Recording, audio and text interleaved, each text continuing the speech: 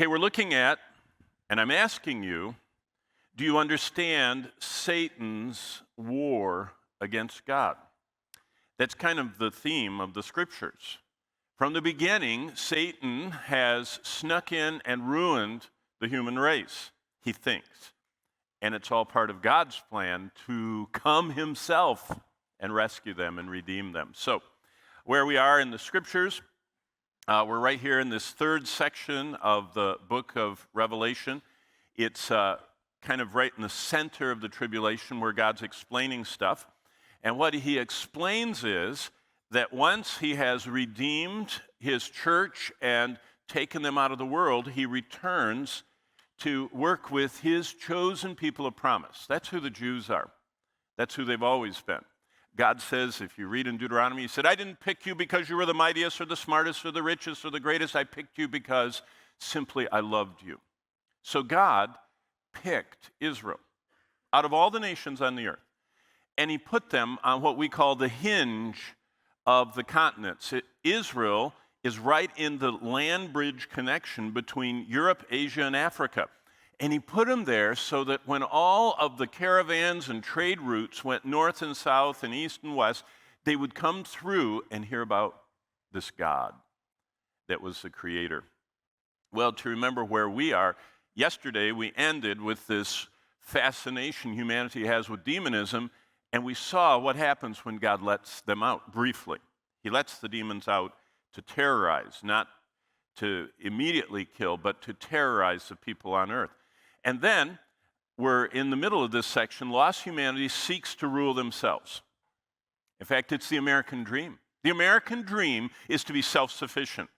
God says, you can't be self-sufficient. Only I am self-sufficient. But the American dream is to make as much money as you can so no one tells you what to do. And God's desire is the very center request of the 7 in the Lord's Prayer, and that is, give me or give us this day our daily bread. God wants to keep us needing him every day. America wants us to not need him anymore. We're going to make our, Bloomberg's used to say you needed $1 million to retire. Now Bloomberg says $3 million is what you need, but if you want to be comfortable, you need $5 million. And you know what it says? 95% of all Americans will never have $5 million, so they really never retire. You bump into them at Walmart, right? They're old and they're handing you a basket. And there's nothing wrong with that. It's wonderful. But why is our world all wanting to be self-sufficient? Because we were born with this sinful heart that wants to rule ourselves. We are rebels at heart. No one had to teach me to be selfish. As soon as I got old enough to stand up and see the table, I wanted the biggest cookie. I wanted the cake, no matter whose birthday it was. Do you understand what I mean? And I cried when everybody else got presents. And so you know what parents do. They give you a present too, so you don't ruin the other birthday parties. But we want to rule ourselves and be kind of our little God. But humanity rejects God's Messiah. God actually walked on earth, God the Son. And he did what no one else ever did. He fed thousands at a time. He could heal blinded eyes. He could give back sight to people, hearing to people. He gave back to the lepers their lost appendages. You know what I mean. He raised people from the dead. He walked on the water. We know everything he did. He liberated them from demons. And what did humanity do with God's Messiah? Rejected him. But look at this. So God sends a fake Jesus. Satan has been trying to be the Messiah and has always had his fake Jesus in the wings. Now, in Paul's day and John's day, it was Nero. Nero was the beginning of these Roman emperors that were against Christianity and wanted to be worshipped. And then Domitian was a big one, and they keep going through. And then after that, in ancient times, Genghis Khan was one. He tried to conquer the whole world. You remember the Mongol hordes came all the way to Vienna in Europe. And then, in more modern times, we've had all of the modern conquerors that have come through. Adolf Hitler is one. He was really Satan's choice. He hated the Jewish people. He had a form of Christianity, Lutheranism, that he converted into him being the one they worshiped and they all, raised their hand to. So God sends the fake Jesus. He's called the beast, which we most of all know as the Antichrist. By the way, this person has 33 titles in the Bible. The man of sin, the one with the fierce face. I mean, you read about all this in the Old Testament as the prophets are describing this final world ruler. He's what I call the worst human who ever lives. He's human, but he's totally indwelt by the devil. I mean, Satan usually only has parts of people, but boy, this guy, he has them all. And he, the Antichrist, with Satan's power, leads humanity to destruction by becoming their God, okay? But what we're talking about is the bigger picture. Revelation 11 through 13 is about the war in heaven. It's the only place we see this play out, that there's actually war in heaven, and God has to cast Satan out, who no longer is going to be allowed to come and accuse us before the throne of God. And he is confined to the earth. Boy, does it become. I mean, Satan is kind of flitting all over. He's up, accusing. He's only can be in one place at a time. He is localized, like all of us are and all demons are. Only God is, and even Jesus was localized in his incarnation, but God is everywhere present. Satan is not. So in the war, God confines him to earth. And we'll see that. We're going to actually go through that. But really, the bottom line of this is that World War III, that's kind of a term for the final war. World War III is all about Iran, because that's the one nation that God most has pointed out has as its desire the destruction of the chosen people of promise, Israel. So Iran, Jerusalem, and Satan's endless hatred of the Jewish people. So that's what we're going to study. Part 1, go to chapter 11. Look at this. And I was given a reed. Back to John.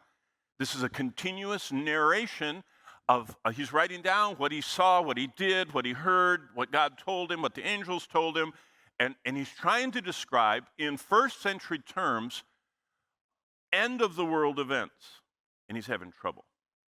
You know how often he says, it was like a cloud. It was like a flash. It was like, it's like a person that's looking at something that they can hardly describe. But here, he says, then I was given a reed like a measuring rod. And the angel stood saying, rise and measure the temple of God, the altar, and those who worship there. But leave the court that's outside the temple and don't measure it, because it's been given to the Gentiles, and they will tread the holy city underfoot for 42 months. Now here's the mathematics of the tribulation. Daniel chapter 9 tells us the tribulation is a week of years, a heptad. That's a Hebrew word for a 7. We have dozens, and you know what dozen means as soon as I say it. It means 12, okay? To a Jewish-minded person, they thought in sevens. They're heptadic. That means that to them, the 7 is the kind of the perfect divine measurement. And so the tribulation is a week, 7 years, one heptad. But God talks about it in so many different ways. It's 42 months and 42 months. It's 1,260 days and 1,260 days. It's 3.5 years and 3.5 years. And so we're running into one of those right now. And what it says is in Revelation 11:1 that John is seeing in the future a temple that's involved in chapter 11 in this 42-month period. It's the same temple that the 2 witnesses are walking around. It's the same temple that the Antichrist in Daniel 9 is going to set up an image to be worshipped called the abomination that causes desolation. And it's the same temple that John is right now given this measuring stick. So he's measuring it. Now, what we call it is the third temple. Here's the first temple, the one Solomon built. That's just an artistic representation by archaeologists and historians. This is Herod's temple. Let's see. Brandon, you saw this, didn't? Aren't you the one that went to Israel, or did more of you go to Israel? How many of you went to Israel with Mark Stroud? How many of you went to the Israel Museum and you saw that giant, this big model? That's the temple right there. You guys recognize it. That's the Holy Land Hotel where it used to be. Now Israel Museum, 1 to, is it 1 to 60? 1 to, I don't know. It's every inch 50 or 60 inches. So an inch in this model is 5 feet long. And here is the Holy of Holies and the holy place. The southern steps are down here. Here's the Antonian fortress. But that's Herod's temple that was destroyed by the Romans. But John is measuring it. That means that there's a third temple because it's not there now. There's something else there now, right? The Dome of the Rock, the Al-Aqsa Mosque. The first temple was during Solomon's time, who basically got it built in these 20 years from 970 to 950. The second temple is Herod's from 20 BC until 26 AD, until the life and ministry of Christ. They were still building it. Remember, they said 40 and 6 years. Remember that in the Gospels? When Jesus said, destroy this temple in 3 days, I'll raise it up. They went, what? For 40 and 6 years. See that from 20 BC to 26 AD. For 40 and 6 years, we've still been building this, and you're going to raise up in 3 days? And the Bible says, but he was talking about the temple of his body. But here's the third temple. We know that one was destroyed in AD 70 by the Romans. The third temple is right here in Revelation 11. The final temple, there's another one coming, and that's in Revelation 20, and that's going to be amazing for us to spend time studying. But there's a future Jewish temple during the tribulation in Jerusalem that Daniel saw, clear as day. One of the greatest prophecies in all the Bible is Daniel 9. And that's where Daniel connects all this together. And what he says is, the coming people that crucify the Messiah, the people that crucify him, are going to be the same people that are the empire that ends the world. And it's like, whoa. Who crucified Christ? Well, the Jews delivered him up but didn't have the civil authority to perform execution. So they gave him to Pilate, the Roman governor. So the people, the nation, I know the Jews were guilty. And Jesus said, that they are the ones that delivered him up. But the Romans pounded the nails. So the people that actually did the crucifixion are the Romans. And the Romans are the ones that are coming back. And the Antichrist that we're going to meet this hour in the scriptures is a future Roman ruler. Now, that has a lot of meanings because the Roman Empire, if you looked at it, I told you yesterday, half of it is what we call Europe. The other half was what we call Northern Africa, and kind of the connector is what we call the Middle East. The Middle East is totally Muslim, other than that little speck of Israel and a few Christian Arabs.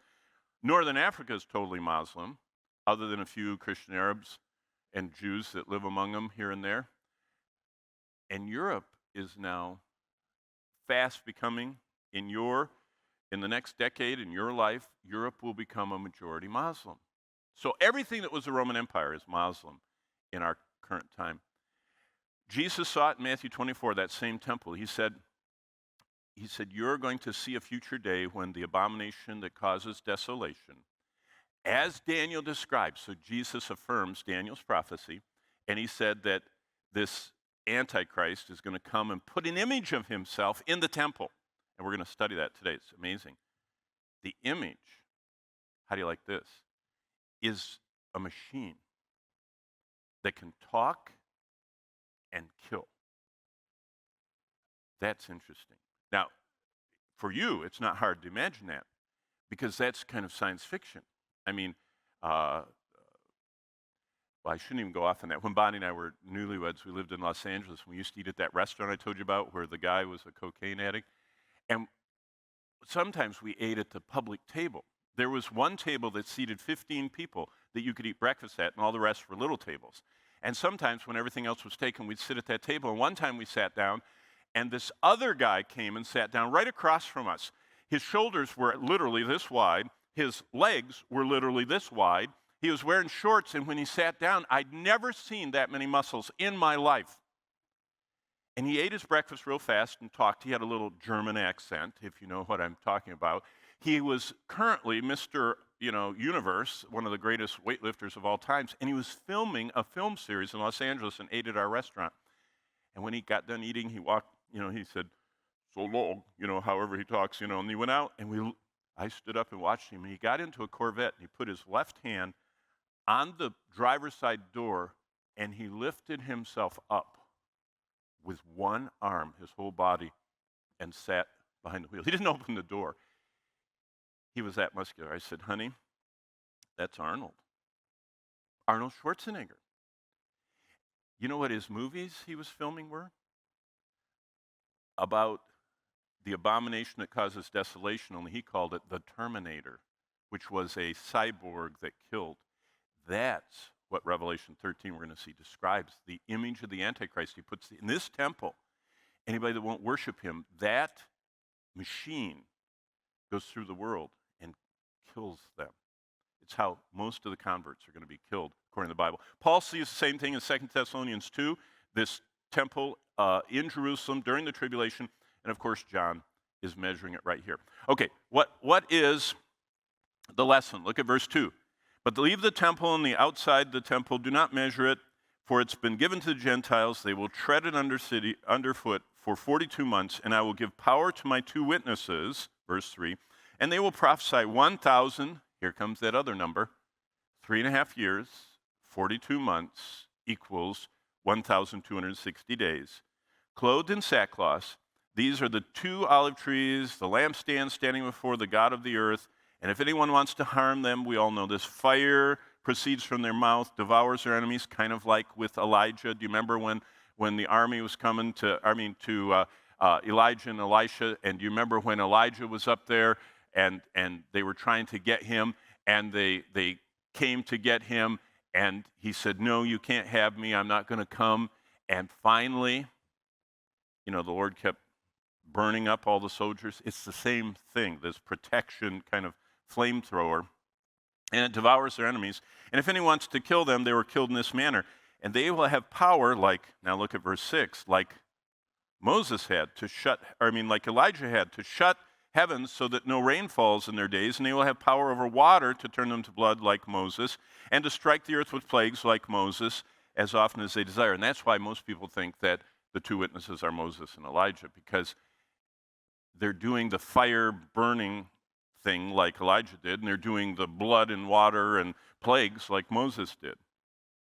And they'll finish their testimony, and the beast that ascends out of the bottomless pit, verse 7, will make war against them. So God limits the career of the Antichrist. Basically, what we see is Antichrist only rules the world for 42 months. And these 2 guys are here in this temple as his nemesis. He can't kill him. He can't destroy him. If any of his soldiers get close enough, they get burned up, and God has this witness. So, that's the second point. Third point is God deploys these 2 witnesses at this temple to remind people of the truth. Satan comes and indwells the Antichrist and said, "This is the Jewish Messiah." So the Antichrist seems to have some connection with the Jews, and there are a lot of speculations about that. But what happens in verse 4 is what I call a messianic revival. "These are the 2 olive trees, the 2 lampstands standing before the God of all the earth." They are pointing to God, and they are going to be watched by the world. And these 2 prophets are going to keep telling the world about the true Messiah so that they can see the contrast. See, God always wants to have a witness. Now, let's just describe the 2 witnesses. The outer court, 42 months. The witnesses are empowered 1,260 days. It's the same time period. They called on fire from heaven and shut the heaven like Elijah did. They turn water into blood and smite the earth like Moses did. But then it says, the beast from the same place. That's the abyss. The Greek word is abuso. That's the same place we saw yesterday, where Abaddon is, and where it's the prison house for the worst. Now, it's not the chain place. That is a different place. It's called Tartarus. Those never get out, and that is a separate place, and I'll show it to you a little later. I'll show you a drawing of it. But earth dwellers celebrate, and they're resurrected after 3.5 days. So that's basically everything we know about the two witnesses. We don't know who they are, but there's a lot of speculation that they're Elijah, because he never died, he was taken to heaven. Enoch also was taken to heaven and never died. So the Bible says that is appointed unto man once to die. So some people say it has to be Enoch and Elijah. But because of the similarities of their miraculous powers, God gives them, Elijah and Moses are really the biggest candidates of all. Okay, keep going to verse 5. They serve God for half the tribulation, most likely the second half. Verse 7 tells us when they finish their testimony, the Antichrist makes war and overcomes and kills them. So humanity gets their Messiah. They don't want the real Messiah. They don't want the one that the two witnesses who serve God for half the tribulation say. What they're saying is that Antichrist is not real. The Antichrist is not the right one. He is Satan's man. And what God does is he gives the world 42 months to decide. But what I love is verse 8. And their dead bodies of chapter 11 of Revelation, verse 8, will lie in the street of the great city, which is spiritually called Sodom and Egypt, where also our Lord was crucified. What's the great city? Jerusalem. So the two witnesses are killed by the beast, and their bodies, they kill them and they leave them. And then look at this. Then those from the peoples, tribes, tongues, and nations will see their dead bodies for 3.5 days, and not allow their dead bodies to be put into graves. And those who dwell on the earth. Do you understand? There is no way to say everybody on earth more distinctly than what we saw in those two verses. Look what it says in verse 9. The peoples, the tribes, the tongues, and the nations. That's everybody on earth. How else can you describe people, tribes, tongues, nations? It's kind of like a comprehensive statement. But then, verse 10, those who dwell on the earth will rejoice.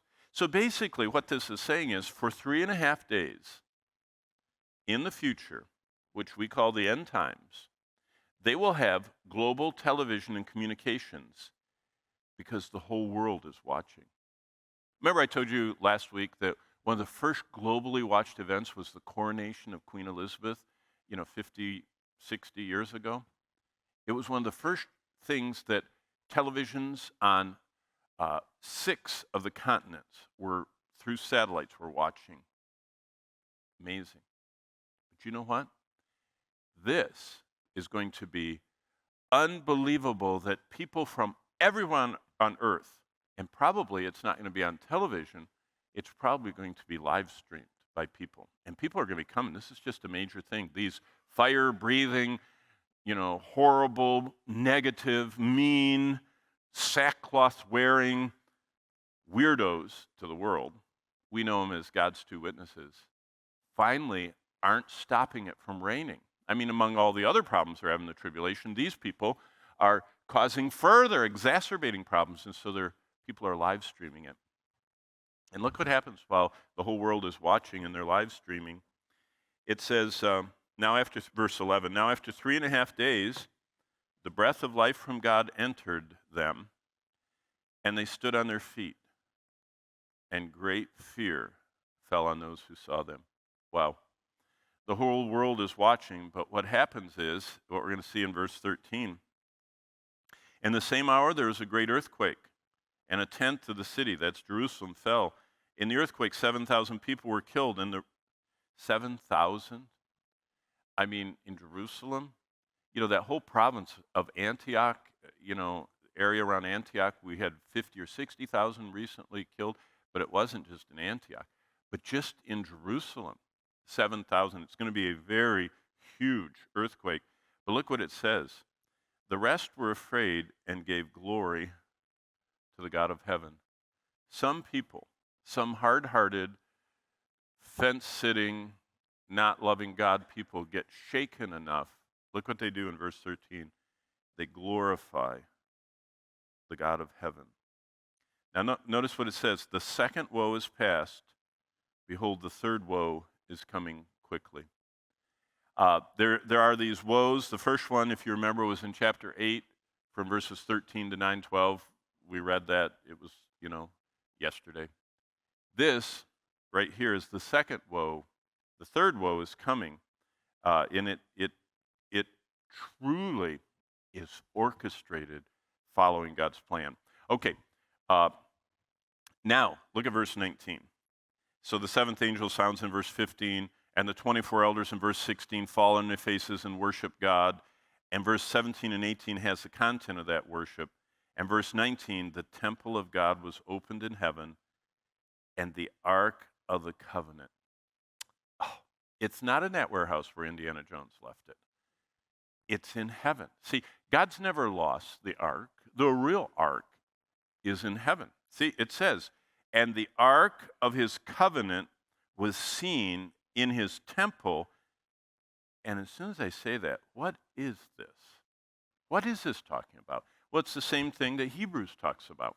And the more you understand that the whole Bible is interconnected and explains itself, when Hebrews tells us in chapter 9 that when Moses in Exodus goes up on the mountain to meet with God, not only did he get the 10 Commandments, he also came down with plans for how to build the tabernacle. How do you think they built that thing? Moses was shown, the book of Hebrews says, the temple in heaven and all of those things that we know as the tabernacle furniture. Hebrews 9 says Moses was shown them when he was up on the mountain.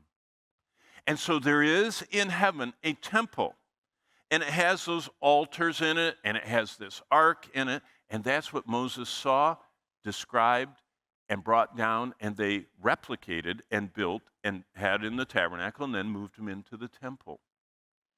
But look at this. This whole last point in chapter 11 is about worship. Notice it says, and the seventh angel sounded in verse 15, and it says, the kingdoms of this world have become the kingdoms of our Lord and of his Christ, and he shall reign for. You ever heard that little tune? That's the Messiah chorus.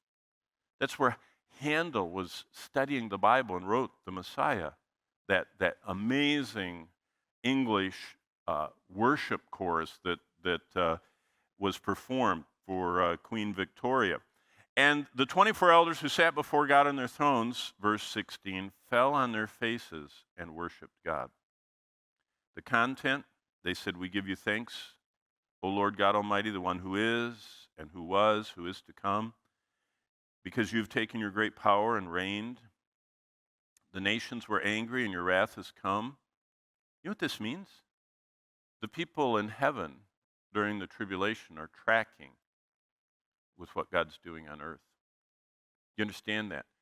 God is letting us see him conquer back the world. And we are rejoicing with him. And it continues in verse 18, that you should reward your servants, the prophets and the saints, and those who fear your name, small and great, and should destroy those who destroy the earth. Now there, you know the climate that's being ruined? I mean, even today, the recycling plant in Indiana is burning, and they're evacuating thousands and thousands of people. It's just that huge cloud of black smoke drifting across, poisoning people in the air, is a reminder that humans are destroying the earth. And you know what God says? I'm quite aware of that, and I'm going to destroy those who destroy the earth. And the temple was opened, and I already read that, and there was lightning and noises and thunderings and earthquakes and great hail. Okay, real quick lesson. To end chapter 11, God expects worship. We already saw it in chapter 4. We already saw it in chapter 5. Now we pause at the end of chapter 11. God expects worship. And in fact, the angel says when we get to chapter 19, when John is so overcome by what he sees with Jesus getting ready to return, the angel that showed him, John gets down ready to worship him, and the angel says, don't do that. Don't worship me, worship God. See, God expects worship. Why does he want us to worship him? As we worship God, he quickens our conscience by his holiness. You notice, if you read the words of what I just read to you, if you slowly read chapter 11, 18 and 17, those verses about, starting at 16, about God, God quickens. That means he brings to life and makes our conscience aware of his holiness. And as we worship, God nourishes our minds. How? By truth. Jesus said that in his great high priestly prayer in John 17. Sanctify them by thy truth. Thy word is truth. When we worship God, we are to be using his word. That's why all true worship involves the repetition of truths about God from his word. That's why a good worshiper should always be analyzing what they're singing or hearing or saying, because they want it to be congruent. They want it to be orthodox. They want it to connect with the scriptures, kind of like the Bereans, Paul's teaching. Because worship is God nourishing our minds by truth. So we have to be very careful that our songs, the lyrics, are truth. God's truth. Because worship is to nourish our minds. As we worship, God purifies our imaginations by his beauty. We start seeing one of the attributes of God. Do you remember there are 25 in systematic theology? There are 25 attributes of God. Do you know what one of them is? He's beautiful. He's the sum of all that's beautiful. And you know, we sing about that. Oh Lord, you're beautiful, and your face is all I seek. And worship causes us to be purified, because we want our minds not to be filled with the warped twistedness of the God of this world. You know, a lot of people nowadays, all they think about are the images they see in music videos and games and in action movies, and their minds are just filled with that. How do we combat that? Worship purifies our imaginations so that our imaginations are not impure, but they're purified by the beauty of God. And as we worship, God opens our hearts to his love. We just well up in love. And so as we worship, we submit our wills to his purpose. See, worship is really submission. But it starts by us being quickened by his holiness, nourished by his truth, purified by his beauty. Our hearts are open to his love, and we submit to his purpose. Now we get to chapter 12. Boy, chapter 12 is really interesting. Chapter 12 reveals to us that there is a galaxy-wide, it's actually universe-wide, but I didn't have a picture of the whole universe, cosmic being, demonic warfare raging today.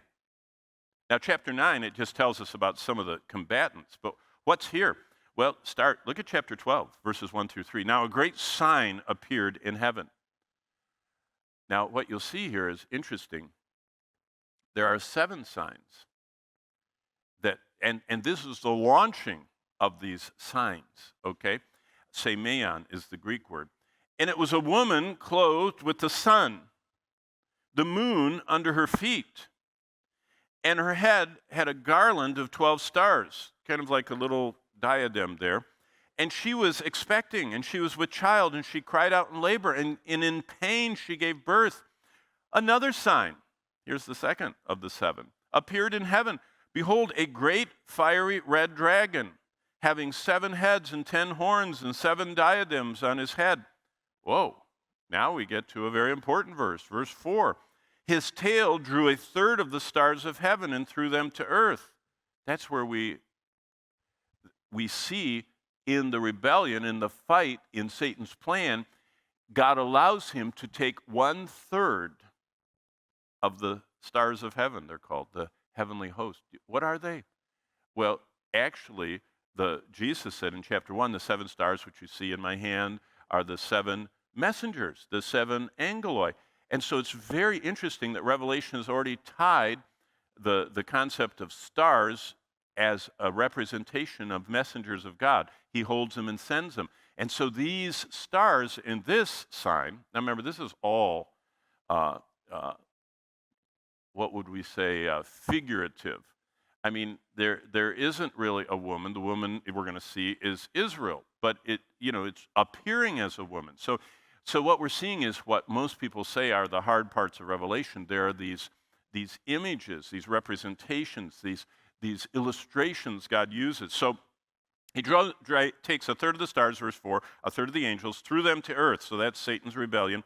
And the dragon, who's the dragon? It's Satan, stood before the woman who was ready to give birth to devour her child as soon as it was born. What is this? Is this a dragon eating a child? What is this? It's Satan trying to destroy Christ, the child of the woman. The woman is Israel. Israel's the one that God chose to bear the Messiah. So it's just a fascinating description of what we don't think about. We think about, our economy and am I going to have enough money and get a job and pay back my student loans, and will I ever get married, and where will we live? Interest rates are too high, and what about, all the diseases that are around? We think down here. This is the stratospheric view, the cosmic view. She bore a male child, verse 5, who will rule all nations with a rod of iron. Do you remember there are 800 allusions in the book of Revelation to other verses in the Bible? What's that an allusion to?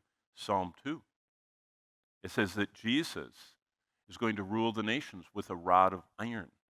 And that's a Psalm 2 reference. So this is just one of the 800. And the child was caught up to God in his throne. When did that happen? That's the ascension of Christ from the Mount of Olives, when Jesus ascends after his death, burial, and resurrection, and stays around 40 days, teaching his disciples. And then 10 days before Pentecost, this event happens. And then the woman fled into the wilderness, where she had a place prepared by God that he should feed her there for 1,260 days. What is that? It's a future event where God rescues Israel. So, 7 signs. In verse 3, this horrible dragon is Satan. You say, well, how do you know that it's Satan? Well, look over into verse 9. So the great dragon was cast out. Who is the great dragon? Verse 9, one of the most important verses connecting everything. The serpent of old, that's Genesis 3, the one that tempted Eve, called the devil, that's Matthew 4, the one that takes Jesus out in the wilderness and tempts him, and Satan, which is a Hebrew word. Satan means adversary. We know Satan, he's the bad guy, who deceives the whole world, was cast to earth, and his angels were cast out with him. That's how we know that dragon with his tail taking a third of the stars. Some of you were thinking, I don't see angels in there. That's because you have to read the rest. Verse 9 identifies the dragon as Satan and the stars he gets as his angels. So here's what, in Sunday school books, they used to illustrate everything in Sunday school books, so I clipped this out. How would you like a Sunday school lesson in your church where you're doing chapter 12, and here's the dragon with all the stars. See a third of the stars here, and he's got, all these heads and everything. And here's the woman. She has stars, and she is expecting, and she has her feet on the moon, and the sun is behind her. And you'd go, boy, is that really different. You know what I mean? What is it talking about? Well, it's talking about this. From the beginning, remember, Isaiah 14, Ezekiel 28 tell us Satan has wanted to destroy, disrupt, resist, and do everything he can in opposition to God's plan. That's what's going on constantly around us. Nobody is smarter or more powerful among God's creations than Satan. So he is constantly coaching his third of the angels to do everything he can to disrupt. And what is God's plan right now? That you all be his invasion force to go out into the world and to be little representations of Christ, Christians, as Acts 11 calls us, and to reflect Christ and to talk about him and to act like him and have people think that we are just little Christ. Now, what has Satan done along the way? He tried to corrupt Adam's line by sending in those angels that are now incarcerated and caused God to kill everybody on earth except for 8 people. That was all Satan's doing. He tried to corrupt Abraham's seed by sending him down to Egypt and having him marry Hagar instead of having the woman that God gave him through whom the seed of promise should come, Sarah. He got him off on Hagar. Then the famine, which tried to drive Israel out of the promised land into Egypt, and then when they were there, Pharaoh tried to kill all the males. That's to destroy. That was Satan using Pharaoh to try and kill all the male Jewish, progeny, so that there would be no Messiah to come. And then Pharaoh tries to kill all of them, running them out into the sea. And then, if you remember, there came this moment when there was only one descendant of David left, and Athaliah tried to kill him. Then in the New Testament, Satan tried to make Joseph afraid so he wouldn't marry Mary. And then Herod, after Jesus was born, tried to kill all the babies. Then Jesus goes to his hometown in Luke 4, and the people tried to throw him off the cliff. And then twice Jesus was sleeping in the boat, and Satan tried to sink the boat, as if you could kill the master of ocean, earth, and sky by sinking their boat. And then on the cross, finally Satan thought he won, but as we know, he didn't, and Revelation 12 says that. So the conflict of the ages is Satan opposing God's plan for Israel. What is God's plan for Israel? That they would be the covenant chosen people through whom the scriptures would come, through whom the Messiah would come, and through whom the Messiah would return as the King of Kings and Lord of Lords to rescue them at the end of days. The second coming of Christ is completely about rescuing Israel in the Bible. It's Jesus coming to rescue Israel from the Antichrist. And so chapter 12 ends with God's display. Look what it says in chapter 12, verse 13. When the dragon saw he had been cast to earth, he persecuted the woman who gave birth to the male child. The woman was given 2 wings of a great eagle. She could fly into the wilderness. So God protects Israel during the second half of the tribulation, where she's nourished for a time, times, and half a time. There's another. Remember, 1,260 days, 42 months, 3.5 years. Time, times, 1 time, 2 times, and a half a time, so 3.5 years. But look at this, verse 17. And the dragon was enraged with the woman, and he went to make war with the rest of her offspring, who keep the commandments of Christ, who have the testimony of Jesus Christ. And verse 11 tells us that they overcame him by the blood of the Lamb, the word of his testimony, and they did not love their lives unto death. That's horrible persecution and God preserving people as Satan makes war on the saints. Well, that takes us to chapter 13. We have 7 minutes to go to chapter 13, which is one of the most fascinating chapters in the Bible, followed by chapter 14 next hour, which I think is the single most important chapter for anybody that's thinking about serving the Lord with their life. So let me buzz through chapter 13. Revelation 13 is about the beast of Revelation. Who is he? He is a man with 33 titles in the Bible. One of them is the man of sin. He's described by Daniel as superhuman, the final Caesar, Daniel says. He is the author of the 666 thing we're going to see in chapter 13. He is Jesus-like. People think he's finally Jesus. We don't think of this guy as an ogre. He is the man that wins the world. Everyone wants to worship him. He just seems so amazing. He becomes the global leader we've all looked for. He's the peacemaker, and God calls him the Antichrist. Not anti completely as against, but anti in place of. See, there are 2 meanings of anti. We think primarily of anti, but it could be anti, the word that means in place of. So I'm going to give you this in place of that. So in place of the real Jesus, I'll give you the fake Jesus, the anti, the creation of Satan. Point number 1, chapter 13. Look at verse 1. Again, look at this. John is an eyewitness. And I, John, standing on the sand of the sea, I saw a beast rising out of the sea, having 7 heads, 10 horns, and his 10 horns 10 crowns, and on his heads a blasphemous name. And the beast which I saw was like a leopard. His feet were like the feet of a bear. I mean, this is awful stuff. It's like the worst part of all the beasts.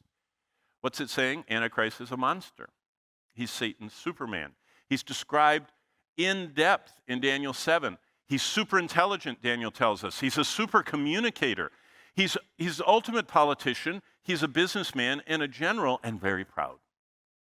Very much like Satan. In fact, Jesus already introduced him in John 8:44. He looked at the religious leaders and he said, "You're of your father, the devil. He was a murderer from the beginning, and he abode not in the truth. And when he speaks a lie, he speaks of his own, for he is a liar and the father of lies." Satan is the original Antichrist. The Antichrist is only the embodiment in a human body of Satan. Now think about this. Demons are intelligent spirits. That's what the word daimon means. Satan is the most powerful and intelligent being ever created. The Bible clearly teaches that we can expect an invasion from the pit in the last days. John warns us about that in his little epistle before he wrote Revelation. And we already know what the Bible says. During the final days, most people, the majority, are going to be led astray. So what did Jesus say we should do. Well, if you read Matthew 24, the most repeated warning is, don't be deceived, don't be deceived, don't be deceived, don't be deceived. That's the same thing Paul says in 2 Thessalonians 2. The greatest danger we face today is not knowing the truth of God's word. And your generation, not you in this room, but your generation, knows more about the latest words that the pop musicians are cooking up and you're watching and listening to with your endlessly connected earbuds, than you know about the truth of God. There's never been a generation more biblically illiterate since the 1700s. I mean, all English-speaking people were just inbred with the Bible. All of Christian literature, all of English literature is filled with Christian symbols and Christian, kind of like metaphors and everything else that were explained all the time. Our culture has effectively erased all those and detached this generation from knowing the truth. They're so keen on entertainment, they don't know the truth of God. Now, look what it says in Revelation 13, and you have to read this whole book, and I could read the whole book out loud and talk about every verse, but it takes a lot longer than the little time we have. But look at verse 11. Another beast coming out of the earth, he spoke like a dragon.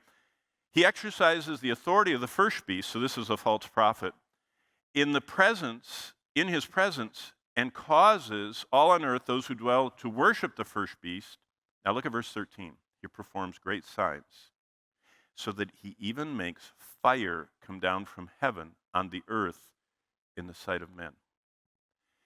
The Antichrist is going to have this front man, the false prophet, who's empowered by Satan to do fake signs and wonders. How would you like to be watching on TV and see this religious leader named the false prophet go, you want to know if I'm really who I say I am? And he goes like that. And what you see with CGI on the Avengers, with Thor and thunder, actual lightning comes out of the sky, fire, and burns something up. And you go, how did they do that? He said, do you think that's CGI? Do you think that's a movie? Watch. And he does it again, and he does it again. And this guy has the entire ability to channel the power of Satan. Remember in Job, Satan could send lightning, tornadoes. He could send diseases. He could inspire people to do things. This man commands that under Satan's power. And then he is the one that rolls out this mark of the beast that we've all heard about. Now look, I just was reading, and look, this is from March 13th, 2023, from one of the science magazines. They say in 2045, we're going to have the technological singularity of what Elon Musk and a whole bunch of other people are trying to do. They're trying to implant chips so that we can combine electronics with the human body. And they're showing, a brain on this chip. But the real Terminator's coming in verses 14 and 15. Before I read it, think of what it is. Satan, who's already knows all about us, he's the ultimate intelligence and power. With our artificial intelligence we're developing, with some type of android, or a humanoid, and the false prophet makes an image of the beast, an idol, that speaks and kills anyone who won't take the mark of the beast.